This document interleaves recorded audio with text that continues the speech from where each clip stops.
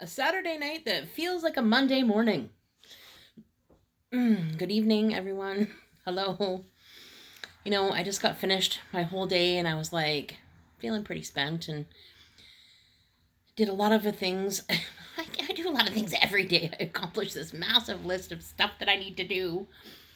And today it felt a bit daunting. Today it felt a little hard to swallow. Today it felt like a little different than it did yesterday because yesterday I was like, yeah, all in. Go, go, go, go, go. Feeling so good. Yes. And today I'm feeling a little less that way. It's raining outside. We have a ton of projects on the go. The weekends become cram packed full of stuff because my boyfriend works Monday to Friday. And the weekend is literally the only time, that we generally get to spend that much time together. And there's so many things pulling at us. So it becomes a bit daunting. And I remember today, several times just feeling really pissy. Just, I don't want to. All these have tos, all these have tos. I put them on my list, and even though some days and most days they don't feel like have tos, today they were feeling like a have to. Into and including coming to make this video.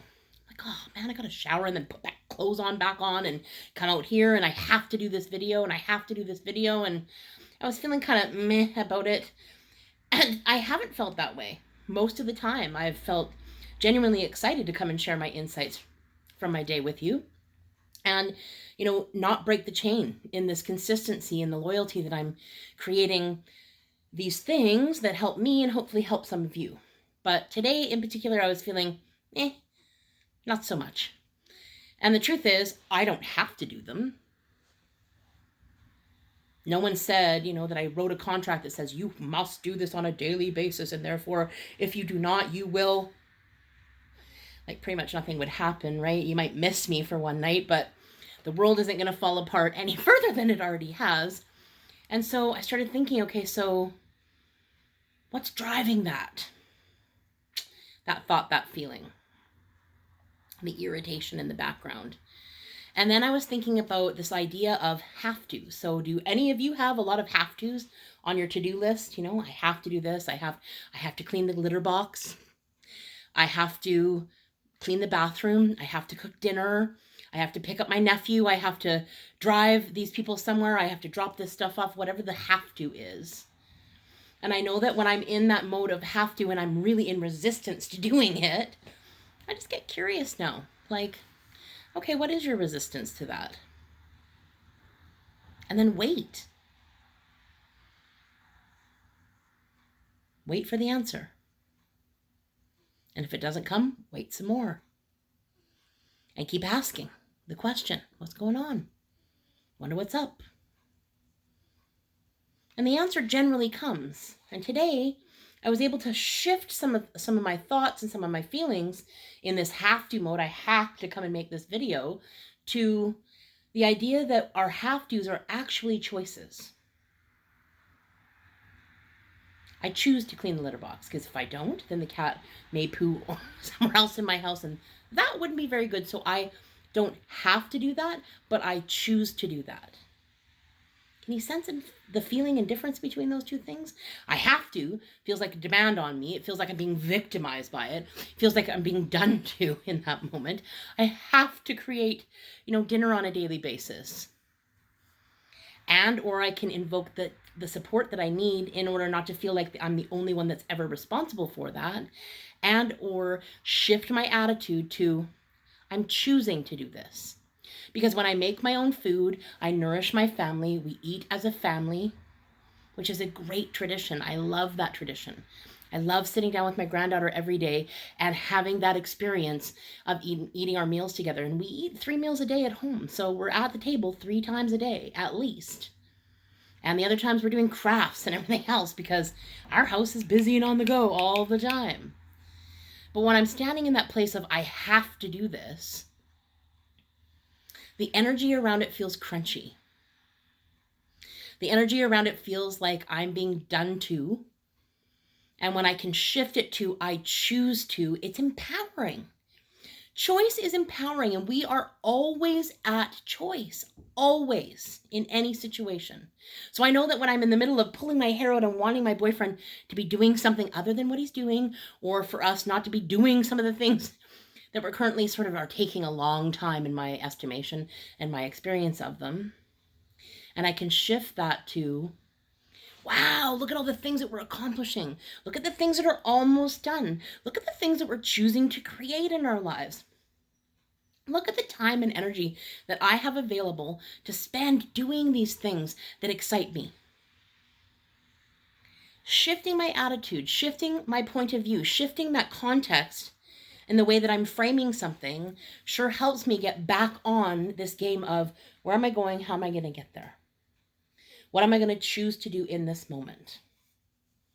And the truth is, my to-do list is way smaller tomorrow because tomorrow's Sunday and I go Monday to Friday full force. And I've been going Monday to Friday full force, well, every day, pretty much full force, for the better part of 2 months, even longer. And what I'm finding is I'm tired. So, I all of a sudden have so much more on my plate. And I'm really loving digging into that stuff and experiencing those things and experiencing the insights that I have every day and the growth potential that I have every day. I'm experiencing those things from a very joy-filled appreciation. I am blessed. There is no doubt about it. And because I noticed that I'm irritated today, I noticed that there's something up, I'm going to give myself some grace tomorrow and I'm not going to pile so much on because I get to choose that. Because right now my body, my mind, my emotional state, my spiritual state is saying, you know what? I'm spent. I don't got any more in me. Perhaps maybe you'd like to change the direction and the velocity that you're going at and slow down for a moment.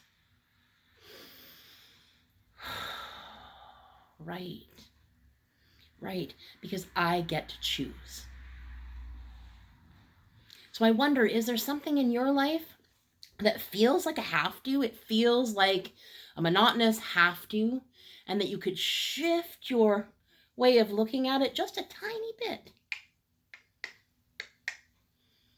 so that maybe it feels less done to you and it feels more empowered for you. And ultimately, we get to choose whether or not we participate in something, whether or not we react to something, whether or not we choose one thing or something else. Ultimately, there are no have-tos. There are no have-tos. It may feel like there is. It may come across as it is. There might be people asking you, and the relationship that you've formed with them and the way that you have taught them to treat you. I have many of those people in my life. The way that I have taught people to treat me sometimes makes it so that I don't feel like I'm at choice. And so after being responsible for cooking meals for my entire family, plus usually some straggling kids along the way, but particularly in the house that I live in, I take on that responsibility most of the time.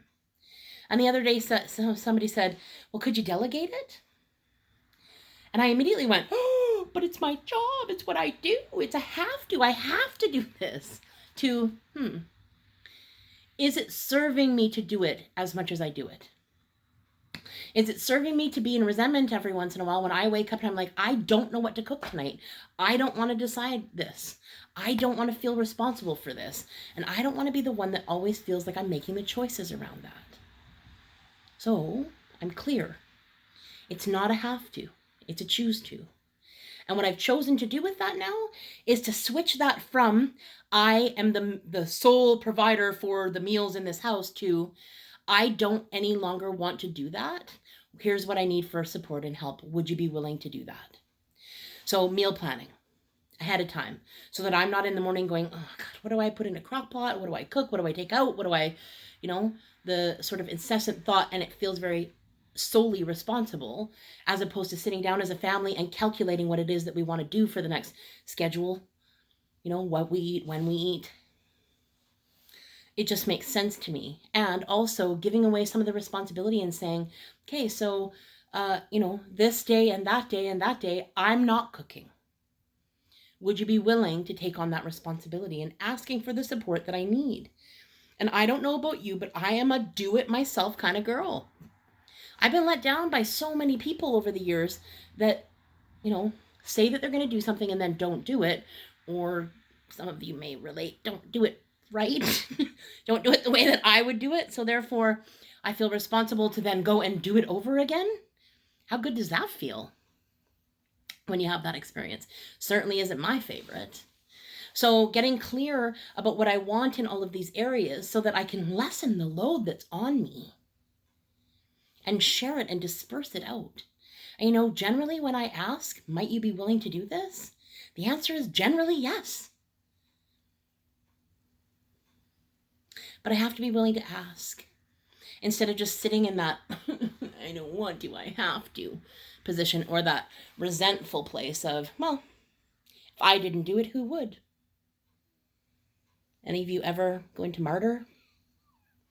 Well, the dishes wouldn't get done if I didn't do them. Well, the cooking wouldn't get done if I didn't do it. The cleaning wouldn't get done if I didn't do it.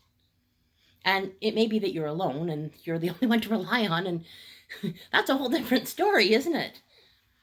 But you also have options there. You don't want to clean your own bathroom? Hire somebody to do it. Make sure that you're out of the house that day so that they come in. There's ways around this where we can create strategies to get what it is that we want and the support that we need, so that we're not piling things on all the time and feeling the dauntedness of that, the heaviness of that, the have to of that. Anybody else relate?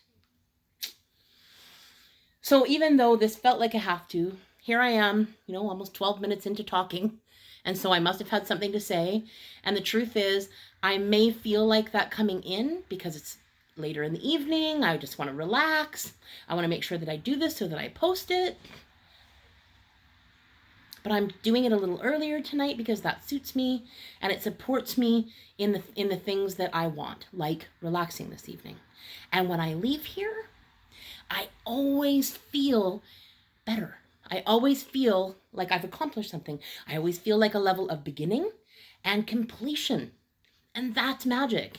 And for 61 days in a row, I have been video blogging. And I go back and I watch some of those videos. And you know what? There's some wisdom in there. There are some insights that I continue to gain from. And so I appreciate that you're here. But, ultimately, we all have things to learn and teach. And I'm glad that I get to learn from myself. Today was full of creativity. And as I get excited and gain excitement in the direction that I'm going with my comedy, and I see the percolation, starting to build and build and build and build, and I see where it's going and I go, one of my commitments this week with Hilarity was to write or to work on my comedy for 15 minutes every day. And I noticed that, particularly since COVID-19 hit, I don't feel very funny. So for a stand-up comedian, that's not great, because I'm like, well, great. I'm never going to laugh again. I'll never be funny again. But the truth is, I plug into the community of the Hilarity community every week, and I stay present in that comedy drop on Facebook because it is levity to me. Laughter is good medicine. And so when I spend time in the places constructively that I want to spend time in, then I gain so much more. And today, I was feeling like, well, I haven't written lately and I have an accountability partner. And I'm thinking, well, hang on a second. I just made like a whole bunch of creative projects towards my comedy. And so reframing what that looks like. So yes, I said that I would work on my comedy for 15 minutes. I worked on it for hours today. But because it was frou-frou and, fun, I don't tend to count that stuff. And the truth is, it's still working towards an accomplishment. And it's a great vessel for me to be able to turn on my creativity and focus my energy towards what it is that I say that I want. The jokes will come. They come in conversation, It's all good. But instead of framing that I didn't do it and I didn't do it right and I didn't do it the way that I said that I was going to do it and that I should be doing it too, wow, isn't that interesting? I actually did this for longer than I intended. And I didn't even realize, because I am now in the process of reframing what my commitment looks like and how I'm going to get that met, because it's not just one way. There are so many ways when we're open to them. And when I reframe, I empower myself in that direction. So much fun. I love being here with you. Thank you so much for coming to see me here, and know that I love you. I think about you all the time, all the people out there that could possibly be watching. And I hope that you enjoyed your day. I hope you felt some sort of release today. I hope that you learned something today. And most of all, I hope that you're kind to yourself and others today and every day. Love you. See you tomorrow.